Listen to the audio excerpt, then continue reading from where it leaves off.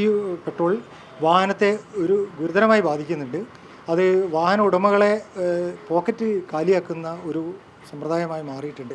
അപ്പോൾ നമ്മളെ ഇതിന് ബുദ്ധിമുട്ട് വരുന്നത് വാഹനത്തിലുള്ള പെട്രോളിലേക്ക് ഒരു തുള്ളി വെള്ളം എത്തിയാൽ, ഏതെങ്കിലും രീതിയിൽ എത്തിയാൽ അത് ഏകദേശം 30% അത് ഈ പെട്രോൾ വിഘടിച്ച് അതിൽ വെള്ളം ഉണ്ടാകുന്ന ഒരു സ്ഥിതിവിശേഷം. അത് E20 പെട്രോൾ എങ്ങനെയാണ് നമ്മുടെ ഓരോരുത്തരുടെയും ജീവിതത്തിൽ ബാധിക്കുന്നത് എന്നുള്ളൊരു പരിശോധനയാണ് ഇന്ന് നടത്തുന്നത്.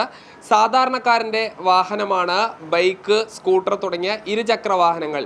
വലിയ തോതിലുള്ള ഈ കംപ്ലൈൻ്റാണ് ഇത്തരം വാഹനങ്ങൾക്ക് വരുന്നത്. ഞാനുള്ളത് കോഴിക്കോട് നഗരത്തിലെ മാങ്കാവിലെ ഒരു വർക്ക്ഷോപ്പിലാണ്. വർഷങ്ങളായി, പതിറ്റാണ്ടുകളായി ഈ മേഖലയിൽ പ്രവർത്തിക്കുന്ന അരുൾദാസ് എന്ന മെക്കാനിക്കാണ് എന്നോടൊപ്പം ഉള്ളത്. ഇപ്പോൾ E20 പെട്രോൾ വന്നതിന് ശേഷം ഈ ഒരുപാട് കംപ്ലൈൻറ്റുകൾ വാഹനങ്ങൾക്ക് വരുന്നുണ്ട് എന്ന് പറയുന്നു. എന്തൊക്കെയാണ് വരുന്നത്? തീർച്ചയായിട്ടും E20 പെട്രോൾ വരുന്നതുകൊണ്ട് നമുക്ക് ഒരുപാട് ബുദ്ധിമുട്ടുകൾ വർക്ക്ഷോപ്പ് മേഖലയിലുണ്ട്. നമ്മളെ ഒരു ഓട്ടോമൊബൈൽ ടെക്നീഷ്യൻ എന്ന നിലയിൽ, അല്ലെങ്കിൽ നമ്മൾ ഈ മേഖലയിൽ പണിയെടുക്കുന്ന ആൾ എന്നുള്ള നിലയിൽ നമ്മുടെ ഈ E20 പെട്രോൾ വാഹനത്തെ ഒരു ഗുരുതരമായി ബാധിക്കുന്നുണ്ട്. അത് വാഹന ഉടമകളെ പോക്കറ്റ് കാലിയാക്കുന്ന ഒരു സമ്പ്രദായമായി മാറിയിട്ടുണ്ട്. അപ്പോൾ നമ്മളെ ഇതിന് ബുദ്ധിമുട്ട് വരുന്നത് വാഹനത്തിലുള്ള പെട്രോളിലേക്ക് ഒരു തുള്ളി വെള്ളം എത്തിയാൽ, ഏതെങ്കിലും രീതിയിൽ എത്തിയാൽ അത് ഏകദേശം 30% അത് ഈ പെട്രോൾ വിഘടിച്ച് അതിൽ വെള്ളം ഉണ്ടാകുന്ന ഒരു സ്ഥിതിവിശേഷം. അത് പിന്നീട് അതിന് ബാധിക്കുന്നത് കാർബറേറ്ററിനെയും അതേമാതിരി ഹെഡിൻ്റെ വാൽവിനെയും പിസ്റ്റണിനെ ഒക്കെ ഈ കംപ്ലൈൻറ്റ് ബാധിക്കുന്നുണ്ട്. അതായത് ഈ എത്തനോള് പെട്രോളിൽ ഉണ്ട്, അതിലേക്ക് വെള്ളം കലർന്നാൽ ഈ ആഗിരണം, എത്തനോള് വെള്ളവും തമ്മിൽ ആഗിരണം ചെയ്ത് അതിനെ വിഘടിപ്പിച്ചുകൊണ്ട് പെട്രോളിനെ ഈ 30% വെള്ളത്തിൻ്റെ അംശം ആ ടാങ്കിലേക്ക് ഉണ്ടാവുകയാണ്. അത് നമ്മളെ ബാധിക്കുന്നത്, വാഹന ഉടമകളെ ബാധിക്കുന്നത് അതിൻ്റെ കാർബറേറ്ററിനെയും അതേപോലെ വാഹനത്തിൻ്റെ പിസ്റ്റൺ ഹെഡ് എന്ന് പറയുന്നൊരു ഭാഗമുണ്ട്, അതിനെയുമാണ് ഏറ്റവും കൂടുതൽ ബാധിക്കുന്നത്. പിന്നെ പെട്രോൾ അടിക്കുന്ന ഈ ഇത് വഴിയാണോ അപ്പോൾ വെള്ളം ഈ പെട്രോൾ ടാങ്കിലേക്ക് എത്തുന്നത്? ഈ പെട്രോൾ ടാങ്കിൻ്റെ നമ്മൾ പെട്രോൾ ഒഴിക്കുന്ന ഭാഗമായ ഈ ഫ്യൂൽ കോക്കിന് ഭാഗത്തുകൂടെ ഈ വെള്ളം ഒരു തുള്ളി എഞ്ചിനുള്ളിലേക്ക് എത്തിയാൽ, ടാങ്കിനുള്ളിലേക്ക് എത്തിയാൽ അത് ഈ പെട്രോളിനെ വിഘടിപ്പിച്ചുകൊണ്ട് ഏകദേശം 30% പെട്രോളിനെ വെള്ളമാക്കി മാറ്റുകയാണ്. ഇതാണ് നമ്മളിപ്പോൾ ഒരു വണ്ടിയുടെ പെട്രോൾ ടാങ്കിൻ്റെ പെട്രോൾ എടുത്തതാണ്. ഇതിനകത്ത് നിങ്ങൾക്ക് കാണാം, ഇതിൻ്റെ ഏകദേശം ഒരു 10-20% വെള്ളമായി കഴിഞ്ഞു. അതായത് താഴെ മാറി നിൽക്കും. ഏറ്റവും ബാക്കിൽ അടിയിൽ കാണിക്കുന്നത് വെള്ളമാണ്. പിന്നെ അതുമാത്രമല്ല, പെട്രോളിൻ്റെ കളറിൽ തന്നെ മാറ്റം വരികയാണ്. ഈ വെള്ളത്തിൻ്റെ അംശം അതിൽ ചെല്ലുമ്പോൾ, വിഘടിക്കുമ്പോൾ അത് ഈ പെട്രോളിൻ്റെ കളർ തന്നെ ഇത് കണ്ടാലും മനസ്സിലാവും. പ്യുവർ പെട്രോൾ ആണെങ്കിൽ ഇങ്ങനെ ഈ കളറിൽ വ്യത്യാസം ഉണ്ടാകും. ഈ വെള്ളം ഇങ്ങനെ വെള്ളം മാറി നിൽക്കില്ല, പെട്രോൾ തന്നെയായിരിക്കും ഉണ്ടാകുക. അപ്പോൾ അതിന് കളർ വ്യത്യാസം വരുന്നുണ്ട്. ഈ വെള്ളത്തിൻ്റെ അംശം ചെല്ലുമ്പോഴേക്ക് ഇത് വിഘടിച്ച് കളർ തന്നെ മാറുക. അതേമാതിരി അടിയിൽ, പെട്രോൾ ടാങ്കിൻ്റെ അടിയിൽ വാഹനത്തിൻ്റെ ടാങ്ക് റെസ്റ്റ് ആവുന്ന രീതി, പിന്നെ വാൽവുകൾ കംപ്ലൈൻ്റ് ആവുന്നു, കാർബറേറ്ററിന് ഫംഗസ് വന്നിട്ട് അത് പെട്രോൾ തുടർച്ചയായിട്ട് ഇങ്ങനെ കാർബറേറ്ററിൻ്റെ അടിയിൽ കൂടെ പോകുന്നൊരു സംവിധാനം, അതൊക്കെ ഇതിൻ്റെ ഭാഗമായിട്ട് വരുന്നൊരു കംപ്ലൈൻറ്റുകളാണ്. വർക്ക്ഷോപ്പുകാരനെ സംബന്ധിച്ച്, അല്ലെങ്കിൽ നമ്മളെ ഈ ടെക്നീഷ്യനെ സംബന്ധിച്ച് വാഹന ഉടമകളോട് കാര്യങ്ങൾ പറഞ്ഞ് ബോധിപ്പിക്കാൻ പറ്റാത്ത ഒരവസ്ഥയുണ്ട്. വാഹന ഉടമകൾ നമ്മളെ ഈ ഒരു ടെക്നീഷ്യൻ്റെ കംപ്ലൈൻ്റ് ആണ് അല്ലെങ്കിൽ എന്ന് പറയുമ്പോൾ നമ്മളത് കൃത്യമായിട്ട് അവരെ ബോധ്യപ്പെടുത്തേണ്ട ഒരു അവസ്ഥയിലാണ് ഞങ്ങൾ. അതായത് നിങ്ങൾ ഇന്ന കംപ്ലൈൻറ്റുകളാണ് എന്ന് പറയുന്നു, അത് നേരാക്കി വീണ്ടും കംപ്ലൈൻറ്റ് വരുന്നു. അപ്പോൾ നിങ്ങളുടെ എന്താ പ്രശ്നമായിട്ട് അവർക്ക് തോന്നുന്നു. അതെ, കസ്റ്റമർ നമ്മളെ ഈ ജോലി നമുക്ക് കൃത്യമായിട്ട് മനസ്സിലാകുന്നില്ല അല്ലെങ്കിൽ ചെയ്യാൻ പറ്റുന്നില്ല എന്നുള്ള രീതിയിലേക്ക് ഇത് മാറുകയാണ്. അപ്പോൾ പെട്രോളിൻ്റെ ഈ വിഷയം നമ്മൾ കൃത്യമായിട്ട് പഠിച്ചപ്പോഴാണ് ഇതിനെപ്പറ്റി മനസ്സിലായത്. അത് കാർബറേറ്ററിൽ ഫംഗസ് വരുന്നതും അതേമാതിരി ഹെഡ് വാൽവിൻ്റെ സീറ്റിങ് പോകുന്നതും. നിങ്ങൾ ഇത്രയും കാർബറേറ്റർ ഒരു 2 വർഷത്തിനുള്ളിൽ നമുക്ക് വന്നതാണ്. കാർബറേറ്റർ ഉണ്ട്, ത്രോട്ടിൽ ബോഡിയാണ് ഇപ്പം ഏറ്റവും പുതിയ വാഹനത്തിൻ്റെ ഫ്യൂൽ ഇഞ്ചക്ഷൻ വണ്ടികളുടെ ത്രോട്ടിൽ ബോഡികളാണ്. ഇതൊക്കെ കംപ്ലൈൻ്റ് ആകുകയാണ്. ഇതിൻ്റെ ഇഞ്ചക്ടർ ഇതൊക്കെ കംപ്ലൈൻറ്റുകളാണ്, ഫംഗസ് വരിക അതിനുള്ളിൽ. ഇതാണിത് കേട്ടോ.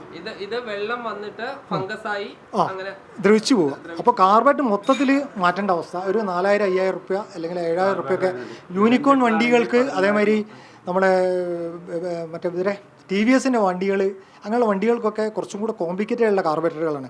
ആ കാർബറേറ്ററുകളെ ഏറ്റവും കൂടുതൽ ബാധിക്കുന്നത്.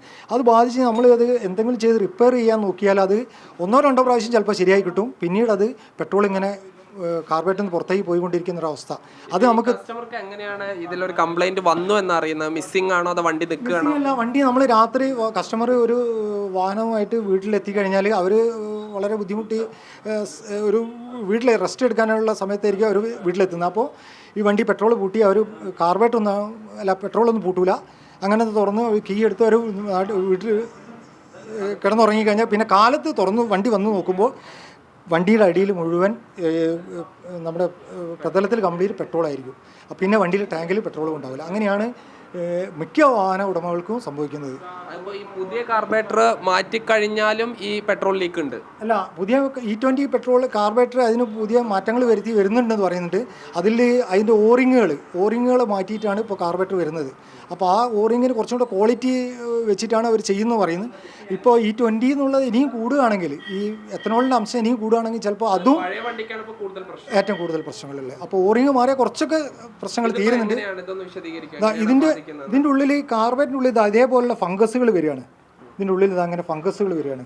ഈ ഫംഗസ് വന്നു ചെയ്ത് നീഡിലിൻ്റെ ഉള്ളിൽ, ഇതിൻ്റെ ഉള്ളിൽ നിങ്ങൾക്ക് കാണാം വണ്ടിയുടെ പെട്രോൾ ചാമ്പറാണിത്. ഈ ചാമ്പറിനകത്ത് ഒരു നീഡിലാണ് ഉണ്ടാകുക. ഇതേ ഈ സാധനം ഉണ്ടാകുക. ഈ പെട്രോൾ ഇതിൻ്റെ ഉള്ളിൽ നിന്ന് വന്നിട്ട് ഈ ഡോർ വഴിയാണ് പുറത്തേക്ക് പോകുന്നത്. പെട്രോൾ കാർബറേറ്ററിൻ്റെ ഉള്ളിലേക്ക് ചാമ്പറിലേക്ക് എത്തുന്നത്. ഈ ചാമ്പറിലേക്ക് എത്തുന്നത് തടസ്സപ്പെടുക. അത് ബ്ലോക്ക് ആവാതെ തുറന്ന് കിടക്കുമ്പോൾ ഈ പെട്രോൾ ഫുള്ള് ഇതിനകത്തേക്ക് വരും. അത് ഇതിൻ്റെ ഈ പൈപ്പ് വഴി പുറത്തേക്ക് ഇങ്ങനെ ഒഴുകിക്കൊണ്ടിരിക്കും. അപ്പോൾ ഒരിക്കലും ഇത് തടസ്സപ്പെടില്ല. അപ്പോൾ പെട്രോൾ ഇങ്ങനെ പോയി വണ്ടി ടാങ്കിലുള്ള പെട്രോൾ മുഴുവൻ തീരുന്നവരെ ഈ പെട്രോൾ പോകും. അത് കൂടാതെ ഇപ്പോൾ E20 പെട്രോളിന് വേറൊരു വിഷയം എന്ന് പറഞ്ഞാൽ നമ്മുടെ 2 വീലറിലും മറ്റുള്ള കാറുകളിലൊക്കെ തീ പിടിക്കുന്നുണ്ട്. അതിന് കാരണം E20 പെട്രോളിൻ്റെ പൈപ്പിൽ മറ്റേ ത്രോട്ടിൽ ബോഡിയിൽ നിന്ന് വരുന്ന അല്ലെങ്കിൽ ഇഞ്ചക്ടറിൽ നിന്ന് വരുന്ന പൈപ്പിൽ ഒരു എന്താ പറയുക, ഒരു പ്രാണികൾ അത് കുത്തി തുളയാക്കിയിട്ട് അതിൻ്റെ ഉള്ളിൽ എത്തുമ്പോൾ അവർ ചത്തുപോകും. ഈ പെട്രോൾ എത്തുമ്പോൾ അവർ ചത്തുപോകും. ആ ഉള്ളിൽ കൂടെ പെട്രോൾ പുറത്തേക്ക് പോയിട്ട് ഇത് വണ്ടിക്ക് തീപിടുത്തം വരെ സംഭവിക്കുന്നുണ്ട്. ഓടിക്കൊണ്ടിരിക്കുന്നത്. ഈ നിരന്തരം ഈ തീപിടുത്തത്തിന്റെ വാർത്തകൾ വരുന്നുണ്ട്. അത് E20 പെട്രോൾ അതിന്റെ പ്രധാന കാരണമാണ്. പ്രധാന കാരണം എന്ന് പറഞ്ഞാൽ അതിൻ്റെ അകത്ത് വരുന്ന ഈ പൈപ്പിൽ വരുന്ന ഹോൾസിലൂടെ പെട്രോൾ പുറത്തേക്ക് വന്നിട്ട് അത് ചൂടായി കിടക്കുന്ന വാഹനത്തിന് തീപിടിക്കുന്നതാണ് നമ്മൾ മനസ്സിലാക്കിയത്. കാരണം പല വാഹനങ്ങൾക്കും നമുക്ക് അങ്ങനെ വന്നത്. അപ്പോൾ എന്തായാലും അതുകൊണ്ടായിരിക്കണം, എത്തനോൾ ആയിരിക്കണം. കാരണം നേരത്തെ ഞാനൊരു 81 മുതൽ ഈ ഫീൽഡിലുണ്ട്. പക്ഷേ ഇതുവരെ ഞങ്ങൾക്ക് അങ്ങനത്തെ ഒരു പ്രശ്നങ്ങൾ നേരത്തെ ഇല്ലായിരുന്നു. ഇപ്പോൾ എനിക്ക് തോന്നുന്നു E20 വന്നതിന് ശേഷമാണ് ഇങ്ങനത്തെ കംപ്ലൈൻറ്റുകൾ കാണുന്നത്. അപ്പോൾ അത് എന്താണ് പരിഹാരം എന്ന് നമുക്കറിയില്ല. എന്തായാലും അതും കൂടെ പരിഹരിക്കേണ്ടതുണ്ട്.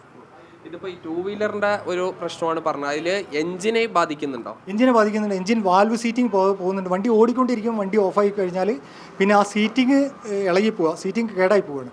അത് നമുക്കത് പെട്രോൾ ഓയിൽ വാൽവിലാക്കിയിട്ട് അത് കംപ്രഷൻ തിരിച്ചു വരുത്തിയിട്ടാണ് ഞങ്ങളത് വണ്ടി സ്റ്റാർട്ടാക്കി കൊടുക്കുന്നത്. അത് പിന്നീടും ഒരു 1-2 ദിവസം കഴിയുമ്പോൾ പിന്നീടും ഇതേ കംപ്ലൈൻറ്റുകൾ വരികയാണ്.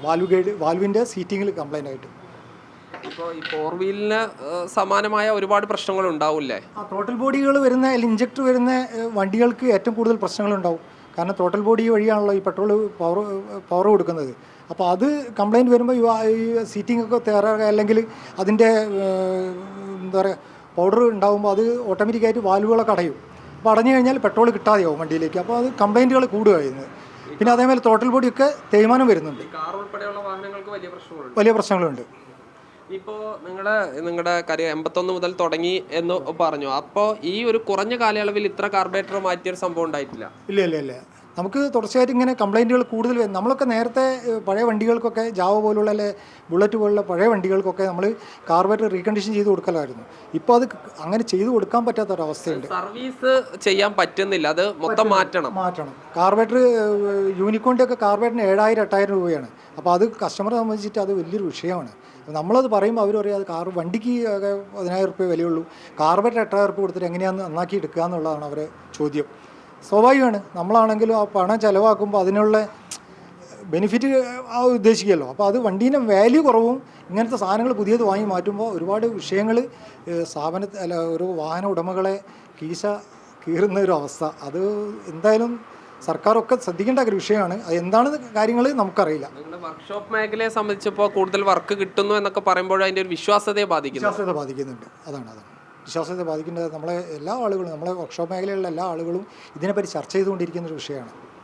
എന്തായാലും E20 പെട്രോൾ എന്തെല്ലാം പ്രശ്നങ്ങൾ ഉണ്ടാക്കുന്നു എന്നുള്ളതിൻ്റെ ചില കാര്യങ്ങൾ മാത്രമാണ് ഇവിടെ വിശദീകരിച്ചത്. ഈ 2 വീലറിൽ മാത്രമല്ല മറ്റ് എല്ലാ വാഹനങ്ങളിലും E20 പെട്രോൾ വലിയ പ്രയാസങ്ങൾ ഉണ്ടാക്കിക്കൊണ്ടിരിക്കുന്നുണ്ട്. നിഖിലിനൊപ്പം സാജിദ് അജ്മൽ, മീഡിയ 1, കോഴിക്കോട്.